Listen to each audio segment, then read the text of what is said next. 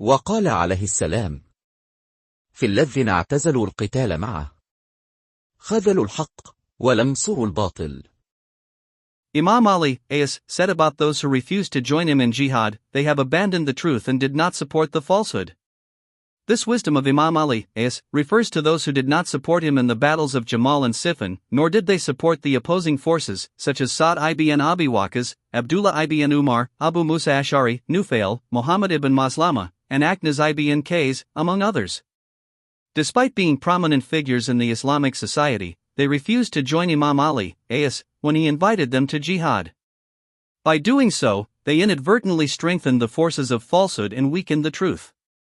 Moreover, they openly opposed the Quranic command, fight against those who transgress until they comply with God's command, Surah Hujurat, Ayat 9. These individuals, by not supporting the rightful Imam, failed to fulfill their duty to uphold justice and instead contributed to the spread of oppression.